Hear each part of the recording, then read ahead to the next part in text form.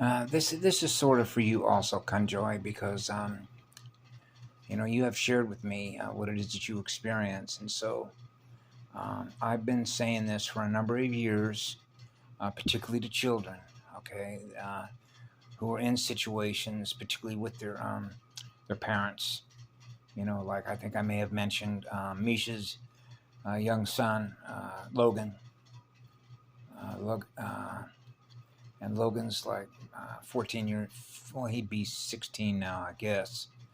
But this was a young man who was really a good, decent soul. But his nerves, his nerve fibers, his nerve centers are really burned out.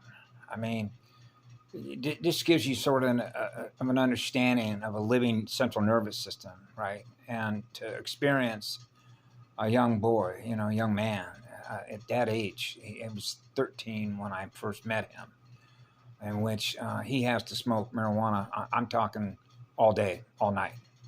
He doesn't stop smoking it, because trying to calm himself down from his nerves, because he's experiencing his mother's central nervous system, right? Misha, right?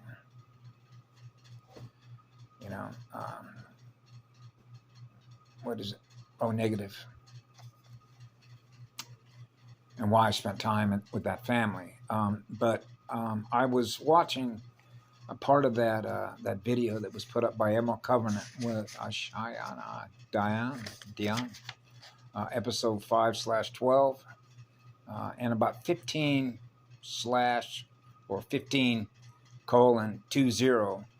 She made a couple of very important references about something I was going to address by virtue of what I've experienced. And this is true.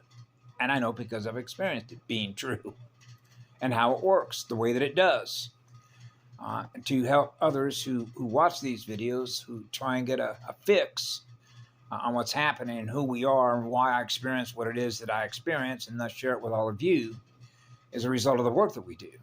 Okay?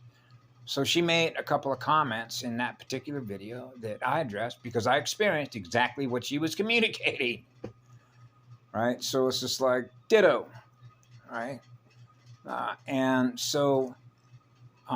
And naturally, this is going to go all the way back to when I was 4 years of age, and I call it biting the silver bullet, which means we don't use our energy the way that they use their energy to wage war against God, right? The one, an eternal Son.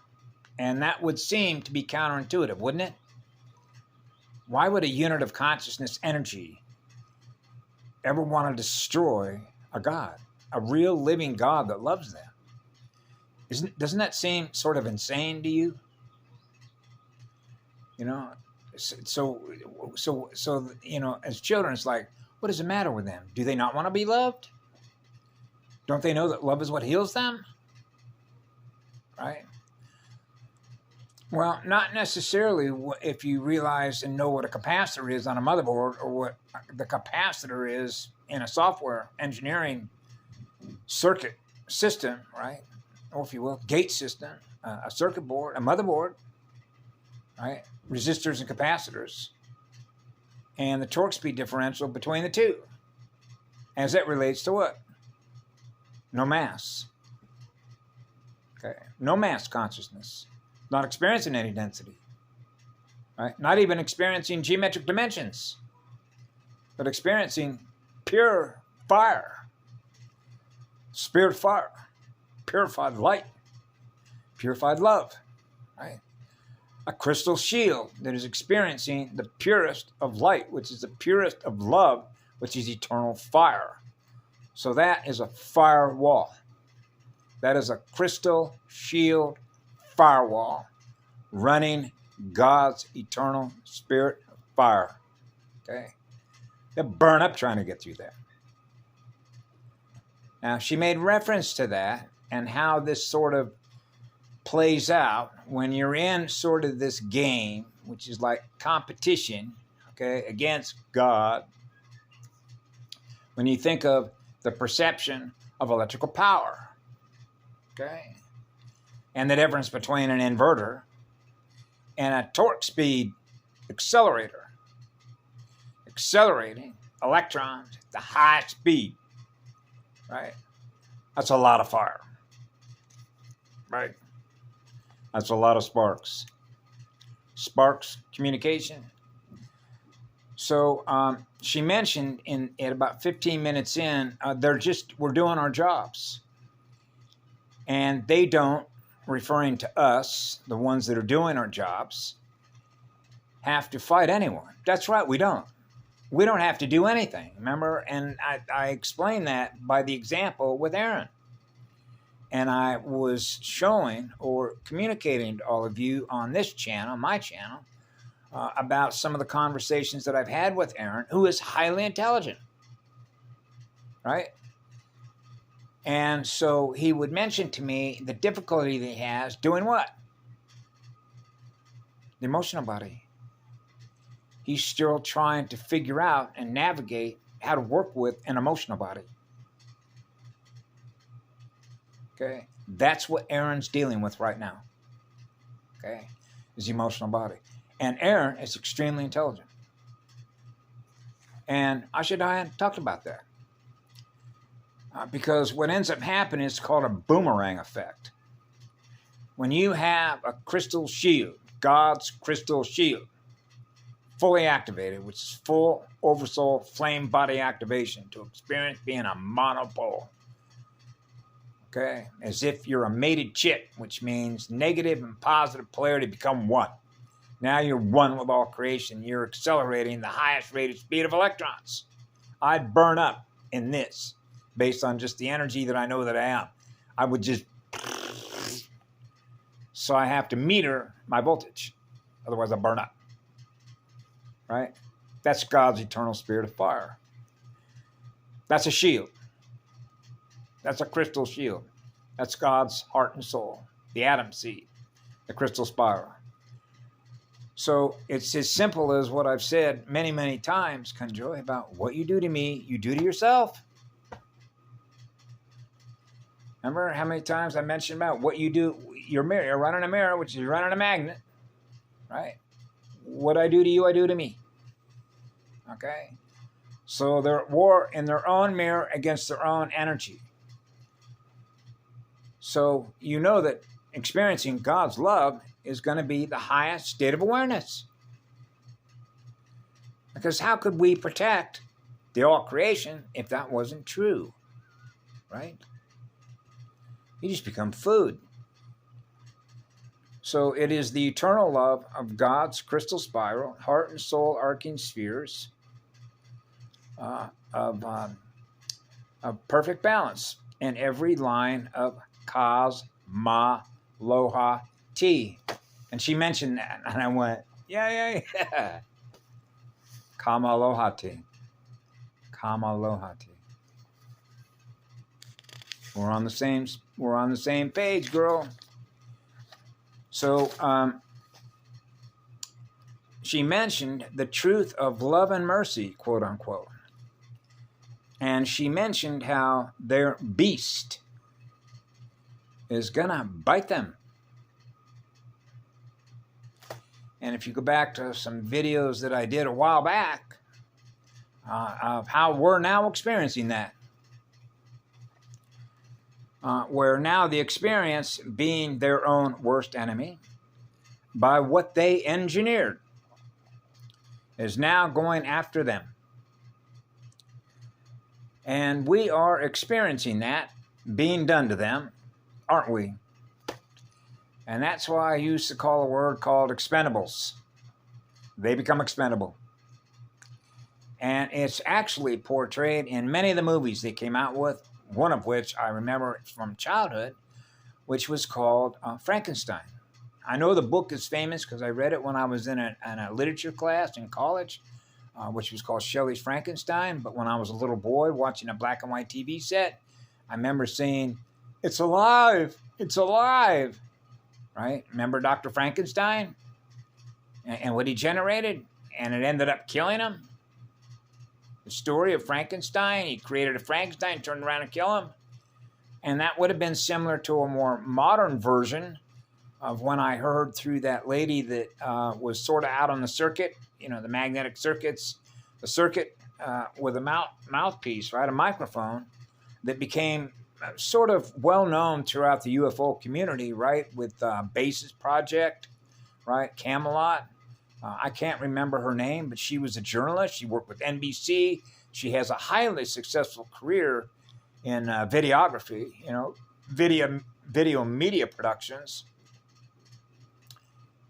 Linda Moulton Howe, maybe, I think. Does that sound familiar? Linda Moulton Howe? And she talked about how cyborgs, you know, AI bots were being put together, and they turned around and began attacking the facilitators, those that were, you know, part of the project, putting these things together, and they were able to self-organize themselves back again after they were taken apart. In other words, they're putting themselves back together. And of course, you saw that in the movie, what? Terminator: Rise of the Machines. Self-repair, right? Putting all the pieces, putting all the body parts back together to reassemble itself, right? Because it has the visual information, mathematical codes, which are geometric in origin, to be able to do that, right? All it needs is visual information, mathematical codes in order to be able to reestablish what it was once aware of, which we now see in our mirror. Which is itself what it's aware of, which is itself what? Terminator. Okay. And so you realize that a Terminator is a self-suicide program. Right? It was programmed to do that. That's their beast technology. Okay. So now we're back to borrowed time. So you know that at some point in time it's going to implode. Because it's within the all creation. And the all creation began with what love is. It goes on forever. So in other words, this is something that is temporary, okay, that is within all the light that represents God's light, which means God has never left. God is still there. The love that I experience in my heart is still there. So I can be aware of what it is. It can be aware of what I am, but it's not experiencing what I am, which is what love is. So instead, it wants to destroy me, right? Which is the same thing you experience in war games. Remember? The kid with a little laptop or the computer that he had, speaking to the AI, and the AI realized, hey, trying to destroy you is destroying me because you came first, Neil. That's right, the one, the Trinity. A Trinity hub server.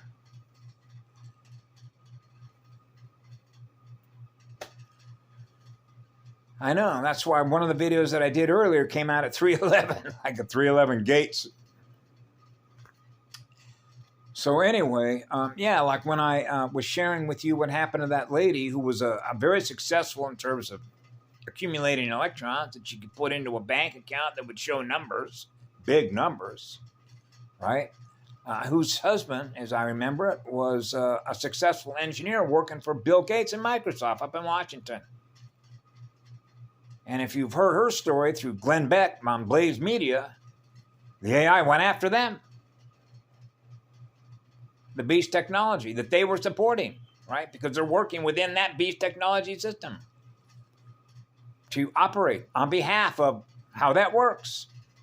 So they were providing a support function for the very technology that they engineered, which is the beast system. Now it's coming back to bite them.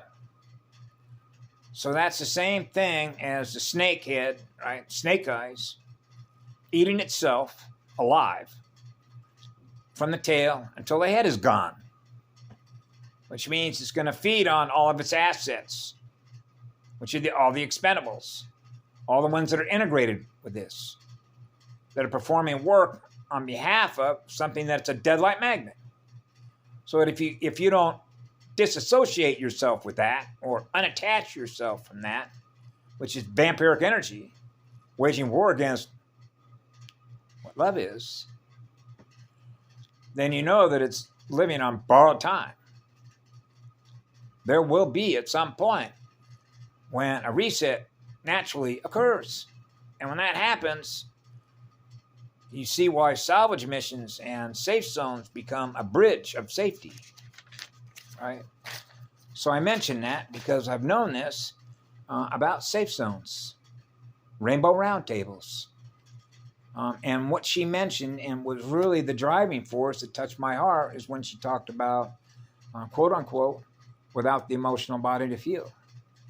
and not being able to experience a D13 current. That's true. So I wrote a little note down here and said, you can be brilliant, highly intelligent, mathematical engineers, but it's not what you know. It's what we feel in the currents of God's heart and oversoul radio body. That's true. The emotional body. How deeply, how sensitive we are. Our feelings. It is our feelings. Our ability to feel what others feel. And how sensitive we are with our antennas to feel everything.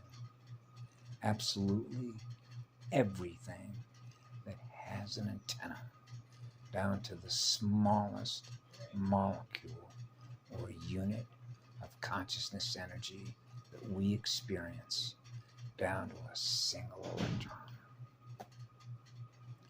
That's the truth of it. That's how deeply God loves. And I know, because I experienced that with all of you, and I experienced that being what I am, an energy, which is what love is, which goes on forever, and living spirit, the living spirit of fire, that's on fire to create worlds born out of love. That's who we are.